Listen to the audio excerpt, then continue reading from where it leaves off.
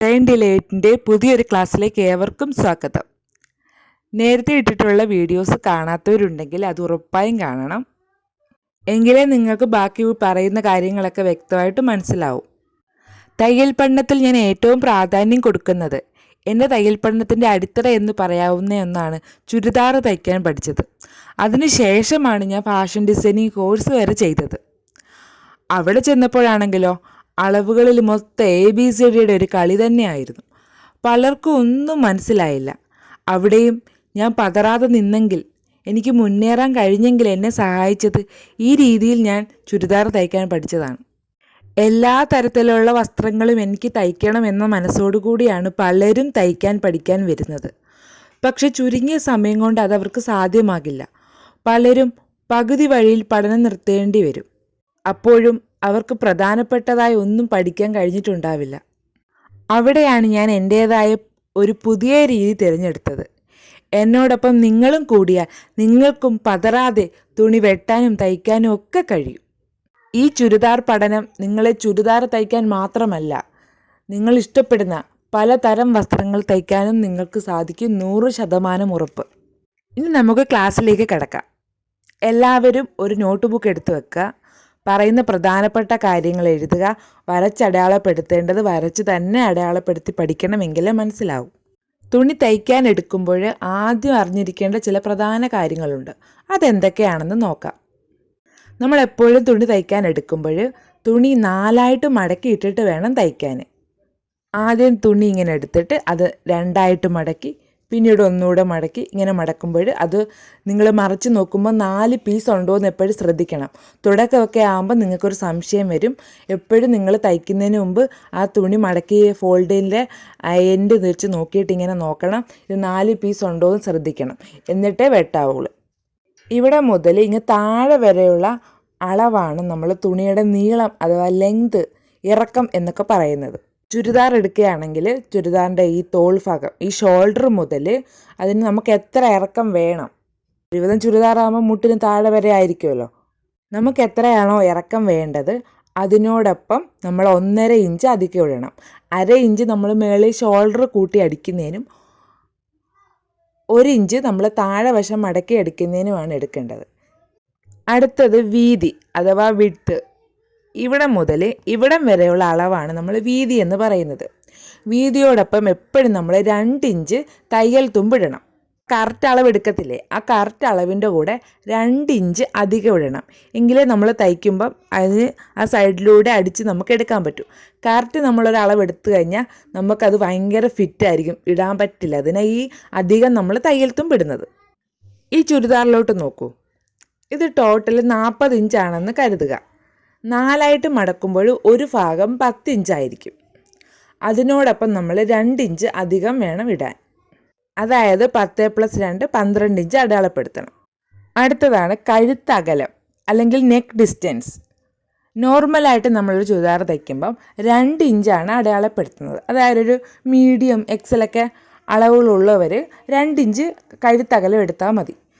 XXL, XXL ഒക്കെ size ഉള്ളവരും കഴുത്തിന് ഇച്ചിരി നല്ല ഇറക്കം നല്ല വീതി വേണമെന്നുള്ളവരും ഒരു 2.5 2.25 ഇഞ്ച് എടുക്കുന്നവരുണ്ട്. ഈ കഴുത്തകലം അടയാളപ്പെടുത്തിയെടുത്ത് നിന്ന് താഴേക്ക് നമ്മൾ അളക്കുന്നതാണ് കഴുത്തിറക്കം, നമ്മുടെ കഴുത്തിൻ്റെ ഇറക്കം. ഇത് നമ്മൾ നോർമലായിട്ട് ഒരു 6 ഇഞ്ചാണ് അടയാളപ്പെടുത്തുന്നത്. ചിലർക്ക് കഴുത്തിറക്കം ഇച്ചിരി കൂടുതൽ വേണം എന്നുള്ളവർ 6.25 6.5 എടുക്കും. 7 എടുത്തു കഴിഞ്ഞാൽ ഒരുപാട് ഇറങ്ങിപ്പോവും. അത് നമ്മളുടെ വണ്ണമൊക്കെ അനുസരിച്ചിരിക്കും. അത് പിന്നീട് നമുക്ക് പറയാം. ഇനി നമുക്ക് ഷോൾഡർ എങ്ങനെ അളക്കുന്നതെന്ന് നോക്കാം. കഴുത്തകലം അടയാളപ്പെടുത്തിയെടുത്ത് നിന്ന് 4 ഇഞ്ച് അടയാളപ്പെടുത്തുക. XXL, XXL ഒക്കെ ഉള്ളവരാണെങ്കിൽ 4.25 വേണമെങ്കിൽ അടയാളപ്പെടുത്താം. 4 മതി ഒരുവിധം. നല്ല വണ്ണവും സൈസും ഒക്കെ ഉള്ളവരാണെങ്കിൽ ഒരു 4.25 4.5 അടയാളപ്പെടുത്താം. അടുത്തത് കൈക്കുഴിയാണ്. ഷോൾഡർ ഡിസ്റ്റൻസിൻ്റെ അളവെടുത്ത് നിർത്തിയില്ലേ, ഇവിടുന്ന് താഴോട്ട് നമ്മൾ 6 ഇഞ്ച് അടയാളപ്പെടുത്തുക. ഈ 6 ഇഞ്ചതും ഒരു നോർമൽ സൈസാണ്. അതിൽ കൂടുതൽ സൈസ് XXL ഒക്കെ ഉള്ളവർ 6.25 6.5 എടുക്കുന്നവരുണ്ട്. നമ്മൾ നൈറ്റിയൊക്കെ വെട്ടുമ്പോൾ 6.5 7 ഇഞ്ചൊക്കെയാണ് നല്ല ലൂസ് കിട്ടാൻ വേണ്ടി കൈക്കുഴി എടുക്കുന്നത്. നമ്മളിങ്ങനെ അടയാളപ്പെടുത്തുമ്പോൾ ഇവിടെ ഒരു ബോക്സ് പോലെ വരും. ഈ പോയിന്റിൽ നിന്ന് നമ്മൾ 1 ഇഞ്ച് മേലോട്ട് അടയാളപ്പെടുത്തണം. അതിനുശേഷം ഇവിടെ ഇങ്ങനെ ഒരു കർവ് പോലെ വരയ്ക്കണം. നമ്മൾ വെട്ടുമ്പോൾ ഈ കർവ് സൈഡ് മാത്രമേ വെട്ടാവുള്ളൂ. ഈ സ്ക്വയറിൻ്റെ ഹാഫ് പോർഷൻ പോലുള്ള സൈഡ് നമ്മൾ വെട്ടരുത്. അടുത്തത് ഇടുപ്പാണ്.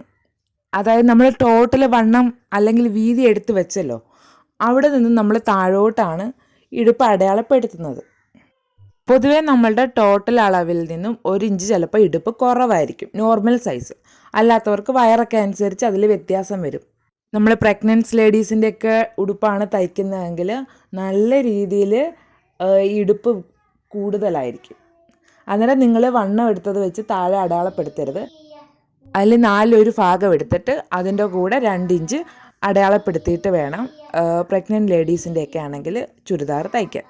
ഇനി അടുത്തത് കൈക്കുഴി എടുത്തുനിന്ന് നമ്മൾ ഇടുപ്പിൻ്റെ സൈഡ് വേറെ ഒരു ലൈൻ വരയ്ക്കണം. ഒരു 13 ഇഞ്ച് അടയാളപ്പെടുത്തിയിട്ട് വേണം നമ്മളിത് ചെയ്യാൻ.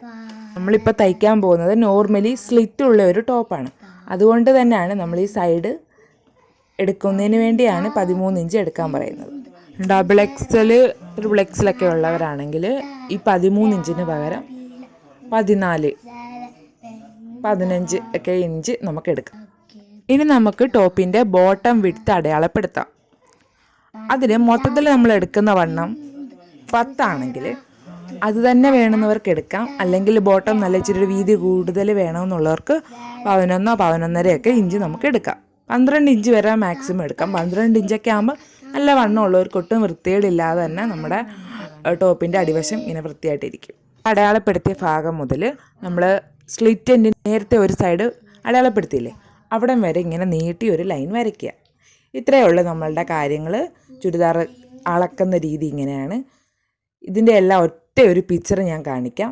നിങ്ങൾക്ക് സംശയം വരാതിരിക്കാനാണ് ഇങ്ങനെ ചെയ്യുന്നത്.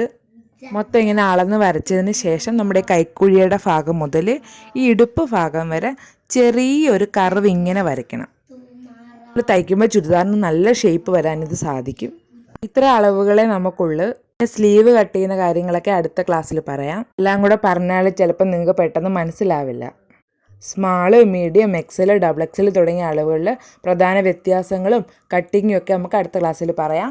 ഇന്നത്തെ ക്ലാസ് പ്രയോജനപ്പെട്ടതായി തോന്നിയെങ്കിൽ നിങ്ങൾ ലൈക്ക് ചെയ്യാനും സബ്സ്ക്രൈബ് ചെയ്യാനും നിങ്ങളുടെ സംശയങ്ങൾ കമൻ്റായിട്ട് രേഖപ്പെടുത്താനും മറക്കരുത്.